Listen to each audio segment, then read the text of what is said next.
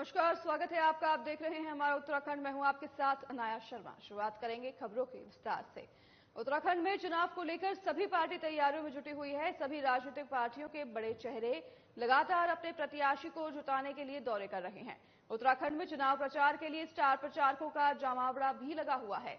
उत्तराखंड में 3 बड़े चेहरे की रैलियां हुई हैं। हल्द्वानी में उत्तर प्रदेश के मुख्यमंत्री योगी आदित्यनाथ ने जनता को संबोधित करते हुए कांग्रेस पर जमकर निशाना साधा है, तो वहीं जनता से अपनी सरकार को पुनः बनाने की मांग की है। तो दूसरी ओर बसपा सुप्रीमो मायावती ने भी उत्तराखंड में आकर कांग्रेस और बीजेपी पर जमकर हमला बोला, अपने प्रत्याशी के लिए वोटों की मांग भी की। तो वहीं नैनीताल के रामनगर पौड़ी सीट पर कांग्रेस की राष्ट्रीय महासचिव प्रियंका गांधी ने भी अपने प्रत्याशियों को मंच पर खड़ा कर उनके हितों में वोटों की अपील की है। धन्यवाद देना चाहूंगा आदरणीय प्रियंका गांधी जी का। और प्रियंका गांधी जी राजनेता से बढ़कर एक शहीद की बेटी हैं और शहीद की बेटी राजीव गांधी की बेटी और एक शहीद की बेटी जिस प्रकार से हमारे चुनाव में स्टार प्रचारक के रूप में आई, मैं स्वयं को धन्य मानता हूं। हमारे तमाम कैंडिडेट्स जितने भी आज मंच पर थे, प्रदीप टंटा जी थे, प्रकाश जोशी जी थे, तमाम हमारे ये भाई निश्चित रूप में प्रियंका जी के इस प्रोग्राम से मैं स्वयं लाभान्वित होंगे और कांग्रेस के पक्ष में एक माहौल बना। लोकसभा चुनाव में उत्तराखंड की रणभूमि को फतह करने के लिए कांग्रेस के आगे सबसे बड़ी चुनौती देश के प्रधानमंत्री नरेंद्र मोदी है। प्रदेश में पीएम मोदी ने 2 चुनावी सभाएं कर उत्तराखंड का माहौल बदल दिया है। इन्हीं चुनौतियों को जवाब देने के लिए कांग्रेस की राष्ट्रीय महासचिव प्रियंका गांधी उत्तराखंड की भूमि पर आई और जनसभा को संबोधित करते हुए प्रियंका गांधी ने एक बार फिर उत्तराखंड का चुनावी समीकरण बदलकर रख दिया और मोदी सरकार की नीतियों पर सवाल खड़ा करते हुए मतदाताओं को सोचने पर मजबूर कर दिया है।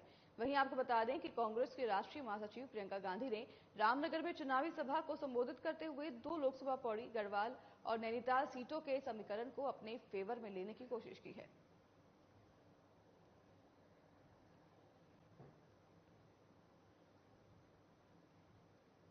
उत्तराखंड बीजेपी के लोकसभा चुनाव की दृष्टि से संचालित प्रदेश मीडिया सेंटर में पत्रकार वार्ता हुई। इस दौरान गढ़वाल से बीजेपी सांसद तीरथ सिंह रावत ने कहा कि लोकतंत्र के इस महापर्व में एक राजनीतिक कार्यकर्ता के नाते मुझे भी राज्य के कई स्थानों पर पार्टी के पक्ष में प्रचार अभियान में शामिल होने का अवसर मिला। इस दौरान स्वयं मेरे व्यक्तिगत अनुभव और पार्टी के साथ आम लोगों से जो फीडबैक मिल रहा है, उससे देवभूमि में अब की बार 400 पार का नारा घर घर सुनाई दे रहा है। वहीं चकराता से चंपावत तक और माणा से मंगलोर तक कोई भी बीजेपी उम्मीदवारों की टक्कर में नहीं है। साथ ही पीएम मोदी के नेतृत्व में डबल इंजन की सरकार ने राज्य में इंफ्रास्ट्रक्चर और जन सुविधाओं का जो हाईवे तैयार किया है, उस पर विकास की गाड़ी सुपरफास्ट दौड़ने लगी है। इसके साथ ही तीरथ सिंह ने कहा कि उत्तराखंड देवभूमि भी है और वीरभूमि भी, लिहाजा यहाँ की राष्ट्रवादी और धर्मपरायण जनता ने वीर जवानों के शौर्य और सनातन संस्कृति के अपमान करने वाली कांग्रेस को एक बार फिर सबक सिखाने का मन बना लिया है। 4 करोड़ लोग आजाद भारत में भी जीवन अंधेरे में यापन कर रहे थे, किसी की निगाह गई। मेरे यहाँ तो रोशनी है, लेकिन बगल के यहाँ अंधेरा क्यों है, ये चिंता की किसी ने नहीं की। 55-60 वर्ष जिन लोगों ने राज किया, हम पूछते हैं उनको क्या किया। लेकिन प्रधानमंत्री मोदी जी के नेतृत्व में दीनदयाल ज्योति योजना के तहत आज हर घर में रोशनी, कोई अंधेरे में नहीं। और मैं उसका उदाहरण भी देता हूं आपको। रामनगर आपका वन पर्यावरण, फॉरेस्ट, गवर्नमेंट, ऐसे आजाद भारत में जो लोग बसे हुए थे, उसके बाद गांव उजाड़ने की स्थिति में आ गए। बोला लाइट नहीं जाएगी, पोल नहीं जाएगा, बाहर थे। लोकसभा चुनाव को लेकर जिला निर्वाचन अधिकारी हिमांशु खुराना ने गोपेश्वर नगर क्षेत्रों के मतदान केंद्रों और पोलिंग बूथों का निरीक्षण किया। इस दौरान उन्होंने मतदान केंद्रों पर सामान्य सुविधाएं जैसे बिजली, पानी, शौचालय, रैंप का जायजा लेते हुए व्यवस्थाओं को बेहतर बनाने के निर्देश दिए। जिला निर्वाचन अधिकारी ने कहा कि मतदान केंद्रों पर साफ सफाई और आवश्यक जानकारी हेतु साइन लगाए जाएं। वोटिंग के दिन मतदाताओं के लिए बैठने का उचित प्रबंधन किया जाए।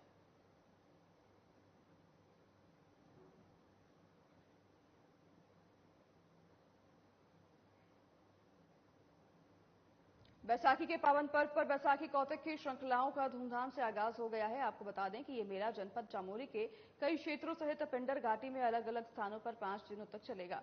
बता दें कि बैसाखी मेला समिति की ओर से आयोजित सांस्कृतिक कार्यक्रमों में क्षेत्र की महिला मंगल दलों और किशोरी दलों ने एक से बढ़कर एक लोक सांस्कृतिक से जुड़े कार्यक्रमों की प्रस्तुति दी। वहीं कार्यक्रम का शुभारंभ थराली विधायक भूपाल राम टमटा और ब्लॉक प्रमुख यशपाल नेगी ने किया। इस दौरान कई महिलाओं को पुरस्कार देकर सम्मानित भी किया गया। साथ ही इस अवसर पर बैसाखी मेला समिति के संरक्षक डॉक्टर हरपाल नेगी, अध्यक्ष पीडी चंदोला, एनडी सेती और कई लोगों का विशेष सहयोग रहा। बहुत सारी देव डोलियां आती हैं। यहाँ पर एक विगत 2 वर्षों से मैं देखा कि व्यवस्थित तरीके से जो हमारी देव डोलियां आती हैं वो यहाँ पर आती है, स्नान करती है और स्नान करने के बाद आपस में बहुत सौहार्दपूर्ण तरीके से मिलती है। मैं आज इस मौके पर अपने क्षेत्रवासियों को, पूरे प्रदेशवासियों को, देशवासियों की बैसाखी पर्व की बहुत बहुत शुभकामनाएं देता हूँ।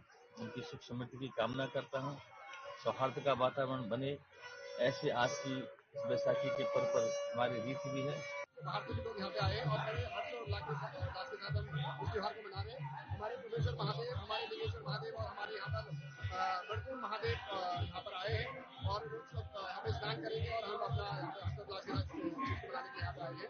और बहुत खुशी होती है कि आज के इस मॉडर्न जमाने में हम अपनी संस्कृति को निभा रहे हैं और निभा पा रहे हैं। देवता आते हैं शिव जी के रूप में, और शेर से सिंधी से बंगला, वहाँ से पैठानी आते हैं और पैठानी से यहाँ पे बगरनाल से जाना जाता है।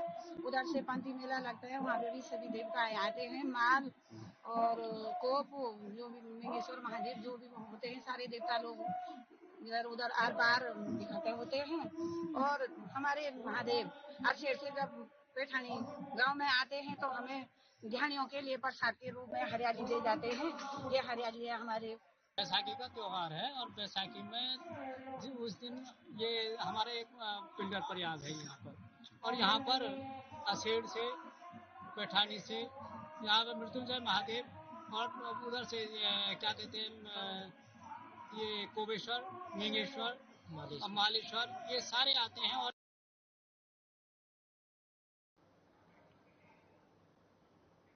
विकासनगर के त्रिशुरा देवी जैन अतिथि भवन में श्री खाटू श्याम सेवा समिति के तत्वाधान में सामूहिक विवाह समारोह आयोजित किया गया, जिसमें गरीब परिवार की 5 कन्याओं का विवाह विधि विधान से वैदिक मंत्रों के साथ संपन्न कराया गया।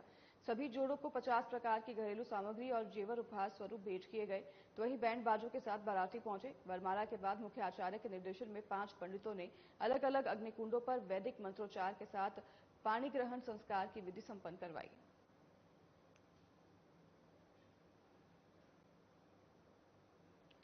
निर्धन कन्याओं का सामूहिक विवाह कराया गया है। यहाँ पर आपको बता देंगे ऐसे 5 जोड़े हैं जिनका विवाह करवाया गया है और इनको भेंट स्वरूप जेवर और सभी चीजें दी गई हैं और सभी विधि विधान के साथ, परंपराओं के साथ इनका विवाह संपन्न कराया गया है।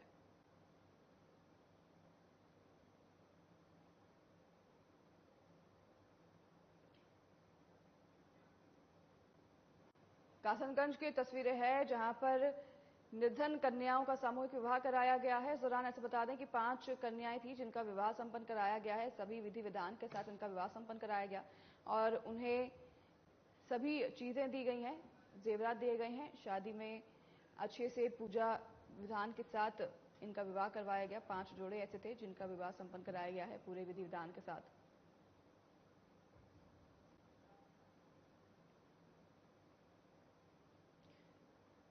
तस्वीरें आप देख रहे हैं कासनगंज से। यहाँ पर सामूहिक विवाह करवाया गया है। निर्धन कन्याओं का सामूहिक विवाह कराया गया है। 5 निर्धन कन्या जिनका सामूहिक विवाह कराया गया है, पूरे ही विधि विधान के साथ इनका सामूहिक विवाह करवाया गया है। तस्वीरें लगातार हम आपको दिखा रहे हैं। सामूहिक विवाह की ये तस्वीरें हैं कासनगंज से सामने आ रही है, जहां पर निर्धन कन्याओं का सामूहिक विवाह पूरे विधि विधान के साथ संपन्न कराया गया है।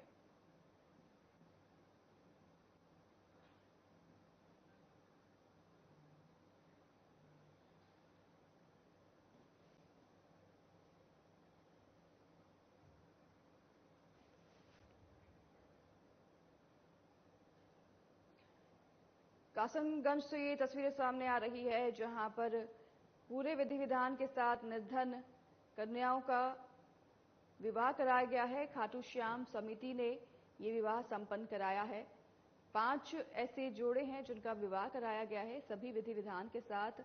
और आपको बता दें कि 5 जोड़ों का ये सामूहिक विवाह कराया गया है और ये निर्धन कन्या 5 ऐसी रही जिनको सभी विधि के अनुसार विवाह को संपन्न कराया गया है। खाटू श्याम सेवा समिति की ओर से ये आयोजन हुआ जिसमें 5 निर्धन कन्याओं का सामूहिक विवाह कराया गया, जिन्हें सभी पूजा और विधि के अनुसार विवाह कराया गया है और इस दौरान लोग भी मौजूद रहे। तस्वीरें आप देख रहे हैं कासनगंज से, जहां पर खाटू श्याम सेवा समिति की ओर से सामूहिक विवाह का आयोजन करवाया गया और इस दौरान 5 ऐसी निर्धन कन्याएं थीं जिनका सामूहिक विवाह संपन्न कराया गया है। पूरे ही विधि विधान के साथ इनका विवाह जो है करवाया गया है। तस्वीर लगातार हम आपको दिखा रहे हैं कासनगंज से, जहां पर खाटू श्याम सेवा समिति की ये पहल रही, निर्धन कन्याओं का विवाह कराया गया है।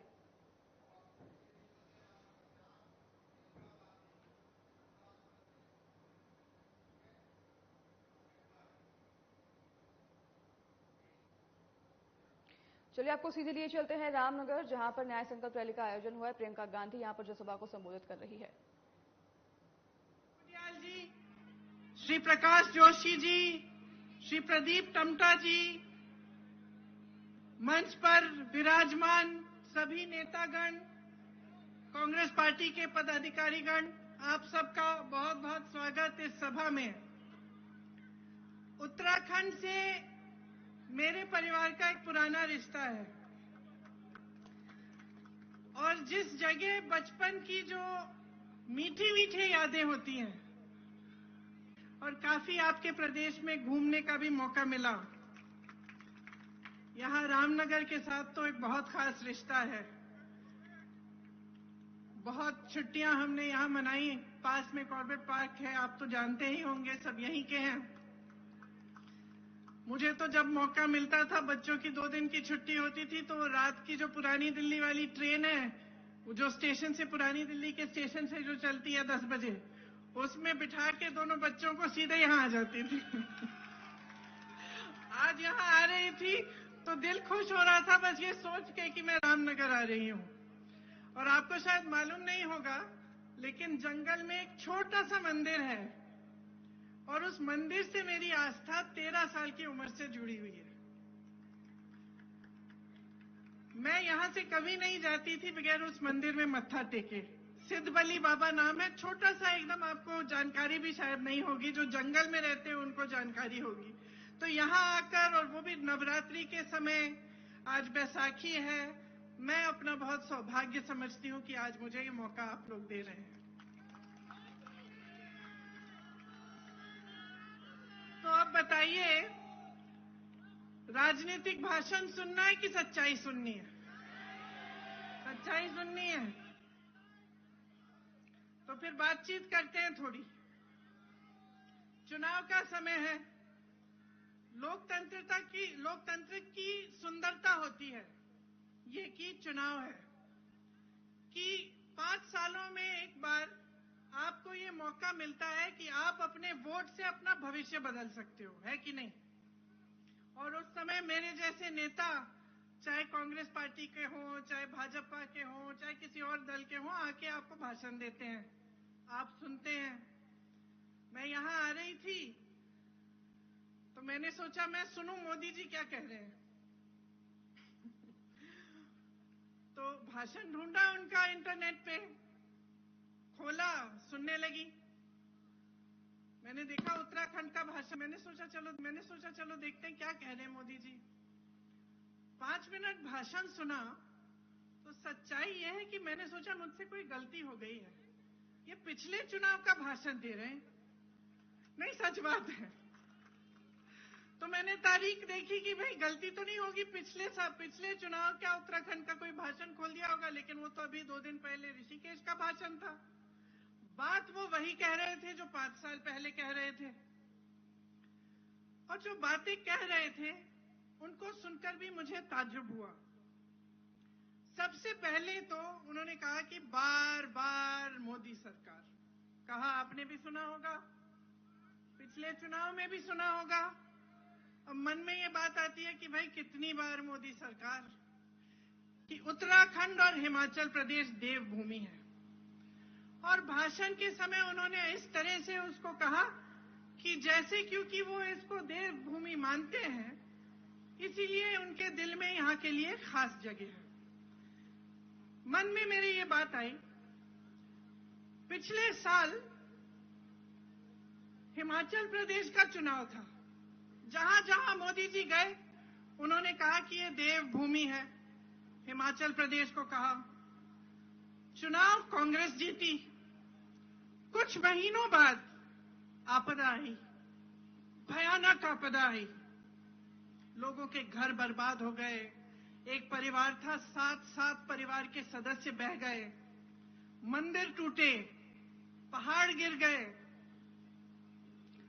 उस समय जब सबसे ज्यादा जरूरत थी उस देवभूमि को, जब जनता तरस रही थी कि राहत मिले, कांग्रेस का एक एक नेता, कांग्रेस का एक एक मंत्री राहत के कार्य में जुटा हुआ था। मुख्यमंत्री खुद दौरा कर रहे, पहुंचा रहे थे। भाजपा का एक नेता नहीं दिखा, मोदी जी नहीं दिखे। दिखना छोड़िए, उसी भूमि को जिसे वो कह रहे थे अपने भाषण में देवभूमि कह रहे थे, जिसे वो कह रहे थे कि वो पूजते हैं, उसी भूमि के लिए उन्होंने एक पैसा राहत नहीं दिया, आज तक नहीं दिया है। जितनी राहत थी वहां हिमाचल प्रदेश की सरकार ने खुद दी, क्योंकि केंद्र सरकार देना नहीं चाह रही थी, क्योंकि देवभूमि उनके लिए सिर्फ उसी समय थी जब चुनाव का भाषण देने का समय था। जब आपदा आई, जब मुश्किलें हुई, जब लोग संकट में थे, तो देवभूमि नहीं रही। और मुझे उनका यहाँ का उत्तराखंड का भाषण सुनते हुए मेरे मन में ये बात आई कि एक उनके लिए कर्मकांड हो गया है, आदत बन गई है। मंच पे आते हैं, ऐसे ऐसे शब्द बोलते हैं, देवभूमि, धर्म, लेकिन सच्चाई बहुत दूर है इससे। और सच्चाई ये है कि हिंदू धर्म में आस्था का प्रमाण क्या होता है, बताइए, कौन बताएगा? तो अभी आप देख रहे थे तस्वीरें रामनगर से, जहां पर न्याय संकल्प रैली का आयोजन हुआ। इस दौरान प्रियंका गांधी ने जनसभा को संबोधित किया और इस दौरान उन्होंने बीजेपी पर जमकर हमला बोला। तो वहीं उन्होंने कांग्रेस सरकार की सभी उपलब्धियां गिनाई। जब कांग्रेस सरकार सत्ता में थी तो वो अपनी यादें तरोताजा कर रही थी कि जब वह रामनगर आती थी, और एक जंगल में मंदिर के होने का भी उन्होंने जिक्र किया, जिसमें वह अपने बच्चों के साथ जाया करती थी। आपको बता रहे हैं रामनगर से, जहां पर प्रियंका गांधी अपने रैली में जनसभा को संबोधित कर रही थी। चुनाव नजदीक है, ऐसे में सभी पार्टियां अपने अपने तैयारियों में जुटी हुई है। तो वहीं अब प्रियंका गांधी भी रैलियों में जुट गई हैं, प्रचार में जुट गई हैं। रामनगर प्रियंका गांधी पहुंची अपने दौरे पर, जहां न्याय संकल्प रैली का आयोजन किया गया। इस दौरान प्रियंका गांधी ने जनसभा को संबोधित किया। तो वहीं विशाल जनसभा देखने को मिली और काफी संख्या में लोग यहां पर मौजूद रहे। प्रियंका गांधी ने सभी से बात करनी शुरू की। उन्होंने अपना भाषण शुरू करने से पहले बोला कि आप भाषण सुनना चाहते हैं या बात करना चाहते हैं। और प्रियंका गांधी इस तरह से अपने जनसभा को संबोधित करते हुए शुरुआत करती है और अपनी चर्चा को शुरू करती है। तो वहीं आपको बता दें कि इस दौरान उन्होंने बीजेपी सरकार पर भी जमकर निशाना साधा है। रामनगर से तस्वीरें आपको दिखा रहे थे, जहां पर प्रियंका गांधी लगातार जनसभा को संबोधित कर रही हैं और दौरे कर रही हैं, चुनावी प्रचार में जुटी हुई हैं। इसके साथ आगे बढ़ेंगे खबरों में। लोकसभा चुनाव के मद्देनजर जिला निर्वाचन अधिकारी हिमांशु खुराना ने गुरुवार को बद्रीनाथ विधानसभा के दूरस्थ और सीमांत मतदान केंद्रों का स्थलीय निरीक्षण कर चुनाव व्यवस्थाओं का जायजा लिया। इस दौरान जिला निर्वाचन अधिकारी ने बूथों पर पेयजल, शौचालय, विद्युत, रैंप और मतदाताओं के लिए अन्य मूलभूत सुविधाओं का निरीक्षण करते हुए बीएलओ से वोटर पर्ची वितरण कार्यों की जानकारी ली। उन्होंने निर्देशित किया कि मतदान केंद्रों पर प्रारूप के अनुसार आवश्यक जानकारी अंकित की जाए। इसके साथ ही वोटर स्लिप का 100% वितरण करते हुए अधिक से अधिक मतदाताओं को जागरूक करें।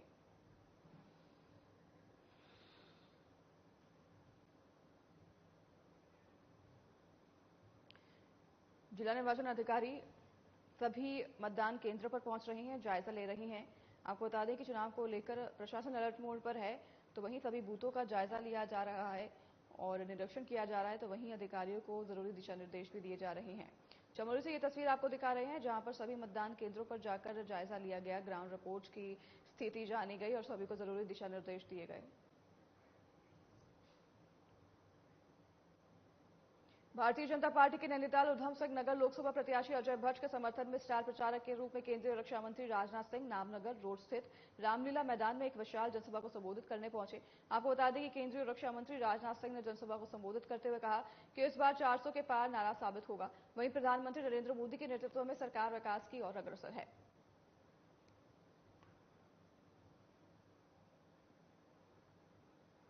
हमारे सैनिकों के प्रति उनके मन में बेहद चुना।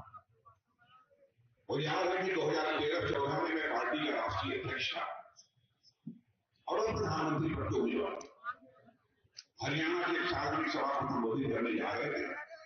उन्होंने बताया कि मैं जा रहा हूं और आज ये पूर्व सैनिकों के लिए 1 रैंक 1 पेंशन की घोषणा है। और मैंने कहा कि उन्होंने घोषणा कर दी। अब प्रधानमंत्री बनने के साथ ही पूर्व सैनिकों के लिए 1 रैंक 1 पेंशन की व्यवस्था। उत्तराखंड बीजेपी से राज्यसभा सांसद और बीजेपी चुनाव प्रबंधन समिति के प्रदेश संयोजक नरेश बंसल ने बीते रोज ऋषिकेश में प्रधानमंत्री नरेंद्र मोदी की रैली ऐतिहासिक बताई।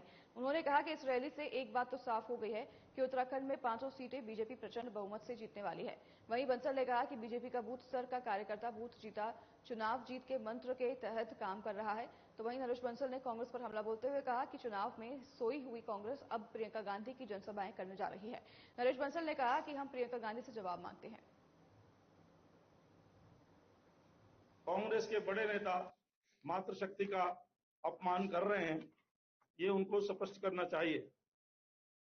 और इनकी एक बड़ी नेत्री महिला उम्मीदवार पर अभद्र उन्होंने पोस्ट डाली सोशल मीडिया पर। उस पर कोई कार्रवाई करने के बजाय इन्होंने उसको इनाम देते हुए उत्तराखंड में पार्टी का झूठ का पुलिंदा न्याय पत्र जिसको इन्होंने कहा है उसको जारी करने के लिए उसको अधिकृत किया। अपर मुख्य निर्वाचन अधिकारी विजय कुमार जोगदंड ने सचिवालय देहरादून स्थित मीडिया सेंटर में प्रेस कॉन्फ्रेंस की, जिसमें उन्होंने बताया कि राज्य के सभी मतदाताओं तक वोटर स्लिप पहुंचाने का कार्य आयोग की ओर से किया जा रहा है। सभी जनपदों में 83,35,000 वोटर स्लिप बीएलओ को उपलब्ध कराई गई है और अभी तक 60,20,000 वोटर स्लिप मतदाताओं तक पहुंच चुकी है और ये कार्य 14 अप्रैल तक पूरा कर लिया जाएगा। वोटर स्लिप के माध्यम से मतदाताओं को अपने बूथ की संख्या, निर्वाचक नामावली में क्रम संख्या की जानकारी दी जा रही है। निर्वाचन आयोग के निर्देश के अनुसार सभी जो हमारे मतदाता होते हैं उन तक कुछ आवश्यक दस्तावेज पहुंचने का कार्य जो है मतदान से पूर्व किया जाना आवश्यक होता है। उदाहरण के लिए हमारे 83,37,000 मतदाताओं तक हमें वोटर स्लिप पहुंचने का कार्यवाही करना था। 14 तारीख तक हम ये पहुंचा सकते हैं। अभी तक का जो प्रगति है मैं उसको सबको बताना चाहूँगा। सभी जनपदों में 83,35,000 वोटर स्लिप्स बीएलओ तक पहुंचा दिया गया है, उपलब्ध करा दिए गए हैं और जो मतदाताओं तक वितरित किया जा चुका है आज स्थिति तक वो 60,20,000 का प्रगति अभी तक प्रदर्शित हो रहा है। उत्तराखंड की 500 सीटों के लिए 19 अप्रैल को प्रथम चरण में मतदान होना है और आपको बता दें कि उसके लिए सभी तैयारियां शुरू हो गई है। तो फिलहाल आज के लिए इस बुलेटिन में हमारे साथ बस इतना ही। नमस्कार।